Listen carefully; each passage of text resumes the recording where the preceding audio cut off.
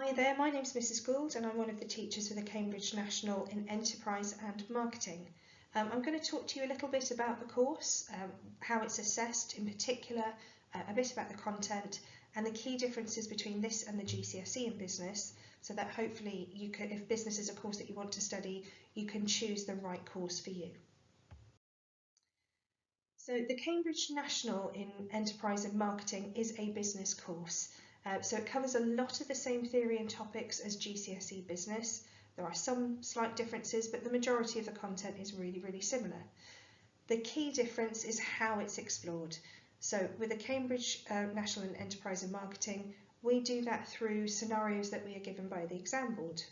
Now there's two pieces of coursework, so one is to design a business proposal and the other one is to market and pitch a business proposal.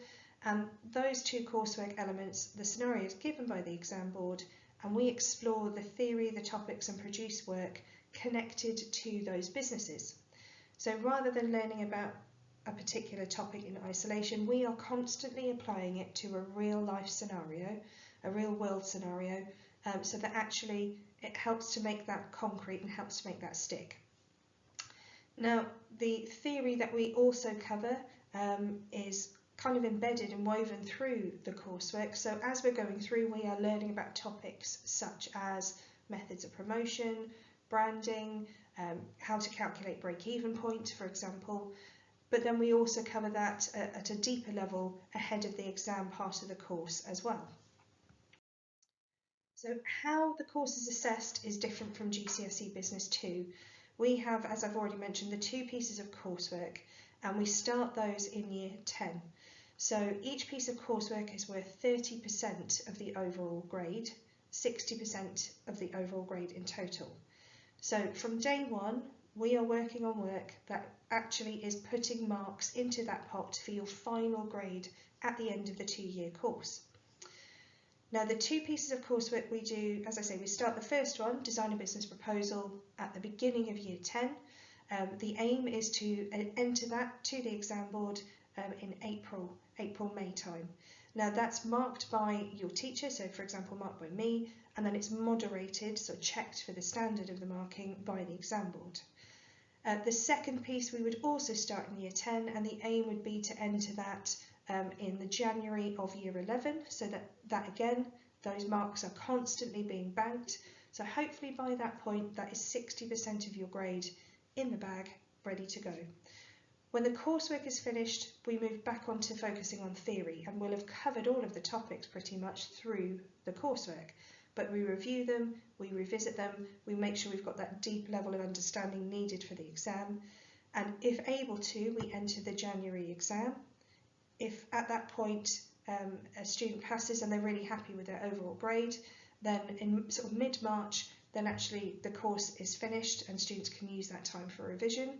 But there is an opportunity then to resit that exam, just the one opportunity, but we would do that at the end of year 11, so students can improve upon that grade if needed.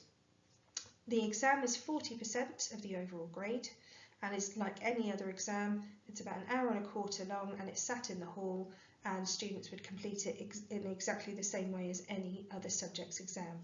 That then gets sent off to the exam board and it's marked by an examiner. So I wouldn't get to see that before it gets sent off, and I'd be waiting for those results with fingers crossed, just like the students who've taken them. So thinking about why you should study this subject. So if you are someone who enjoys communicating, someone who enjoys research, using that research to inform decisions, such as what method of promotion should I use, what price should I set for my product, what pricing strategy should I use to make people more likely to buy it. If you enjoy working with numbers, if you like finding out about real life business scenarios, then this is the sort of subject for you. And obviously we all interact with businesses pretty much on a daily basis. If we buy a product or service, if you're an employee, or if one day you become an employer, then you interact with business in some form or other. Now, a couple of misconceptions about this course that I just want to address. So we don't spend 2 years obviously looking through Dragon's Den and The Apprentice, although the coursework that we do does have a lot of similarity in terms of delivering a pitch, and we refer to it.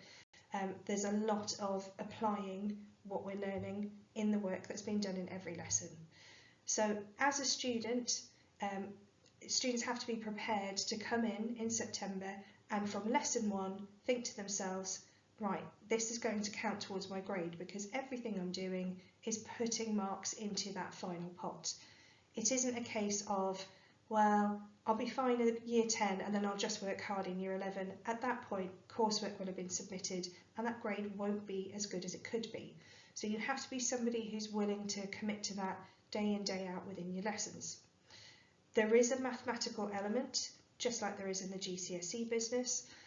It's not the majority of the course by any stretch, but you would have to be confident in giving it a good go because you would have to calculate profit, break even, for example, the amount of revenue that's been brought in by a product. So, and this is something you'd be taught, but you would have to not be afraid to give it a go just because it's mathematical. It's fairly straightforward, and actually often I find students really enjoy that part of the course.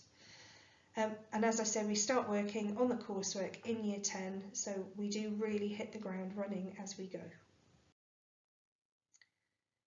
Now, a couple of questions that I tend to get asked about this particular course. So why should I choose it rather than GCSE? If you're a student who does really well in exams and that's your preferred method of assessment, then probably the GCSE business is for you. But if you would like to be able to bank your mark up as you go, if you enjoy producing coursework and seeing your mark build over time and looking at your theory through scenarios and seeing how it applies in that real world situation, then the Cambridge National in Enterprise and Marketing is definitely for you. So it's really thinking about how do you like to be assessed.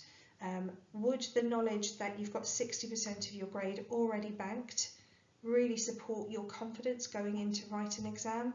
Then again, this course is more likely to be for you. But think about how you like to study and how you feel you would like to be assessed. I would also say think about your other subjects. Are you going to find that you've got a lot of coursework subjects if, say, you're taking this and technology and art? That is a lot of coursework. Can you manage that? If the answer is yes, fantastic. If the answer is I'm not sure, just think carefully about the balance that you got there. The other common question is, well, it's not a GCSE, so will this allow me to go on to sixth form? Now, absolutely. So it's the same value, it's the same worth as a GCSE subject, it's just not called a GCSE. And that's because of the fact that it's got a 60% coursework element.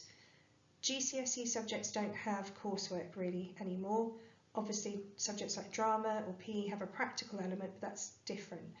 So in order to be called a GCSE, you have to pretty much be assessed by all exam, bar practical subjects. And because this has 60% coursework and only 40% exam, it has a different name. It also means the grading is different, but again, equal to the GCSE. So you would get a grade of a pass merit distinction at level 1, and that's grades 1 up to sort of 4. And then pass merit distinction, distinction star at level 2, and that's the equivalent of grades sort of 4, 5, all the way up to sort of grade 8, 9. So really, if you were aiming for a grade 4, 5 in your other subjects, that's a level 2 pass. That would be the benchmark, the minimum you would be aiming for. So they completely equate across. Anybody who studies the course is very well suited to go on and study the Cambridge Technical course, which is the post-16 equivalent that we offer here at the sixth form at St Peter's, but also to go into the A-level Business Studies course, and we have several students who do that every year. I hope this has been helpful in just sort of highlighting sort of the key points about this course, how it's assessed and the differences with GCSE. But if you do have any further questions, then please don't hesitate to get in touch. Thank you.